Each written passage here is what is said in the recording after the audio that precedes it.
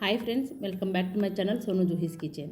ఇవాల్టి వీడియో క్యాలీఫ్లవర్తో ఎప్పుడు చేసేలా కాకుండా ఈసారి ఇలా ఫ్రై చేయండి. ఎందులోకైనా పప్పు, సాంబార్, చపాతీ, రొట్టె ఎందులోకైనా అద్దిరిపోతుంది. ముందుగా స్టవ్ మీద ఒక గిన్నెని పెట్టుకొని 1 లీటర్ వరకు నీళ్ళను పోసుకొని బాగా మరిగిన తర్వాత 1/2 టీ స్పూన్ ఉప్పు, పసుపు వేసుకొని స్టవ్ ఆఫ్ చేయండి. ఇప్పుడు ఈ వేడి నీళ్ళల్లో క్యాలీఫ్లవర్ ముక్కల్ని వేసుకొని 10 నిమిషాలు వదిలేయండి. ఆ వేడికే క్యాలీఫ్లవర్ నీట్గా క్లీన్ అయిపోతుంది. స్టవ్ ఆఫ్ చేసుకొని మాత్రమే క్యాలీఫ్లవర్ ముక్కల్ని వేసుకోవాలి, లేదంటే ముక్క అనేది చెదిరిపోతుంది. 10 నిమిషాల తర్వాత వేడి నీళ్ళలో నుండి తీసి ఒక గిన్నెలోకి వేసుకొని పక్కనుంచండి.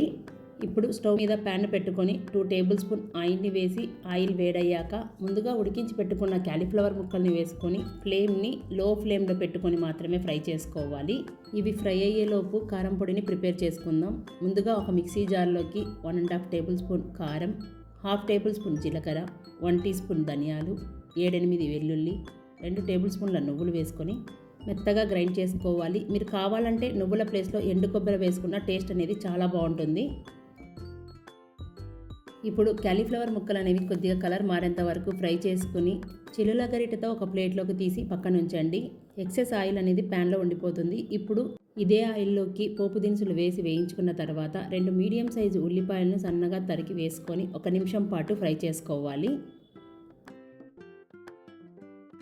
ఇలా ఫ్రై చేసుకున్న ఈ ఉల్లిపాయలకి 2 రెమ్మల కరివేపాకు, 2 ఎండుమిరపకాయలను ఇలా తుంచి వేసుకున్న తర్వాత ముందుగా ఫ్రై చేసి పెట్టుకున్న క్యాలీఫ్లవర్ ముక్కల్ని వేసుకొని రుచికి సరిపడా ఉప్పుని వేసుకొని మరో నిమిషం పాటు ఫ్రై చేసుకోవాలి.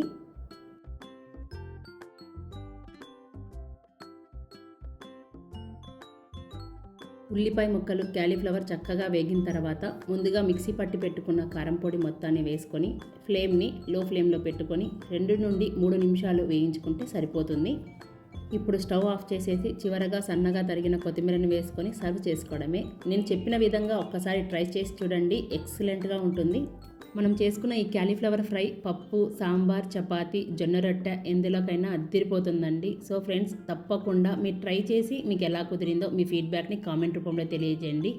ఫస్ట్ టైం మన ఛానల్ని చూస్తున్నట్టయితే please like, share, subscribe to my channel Sonu Juhi's kitchen. Thank you for watching.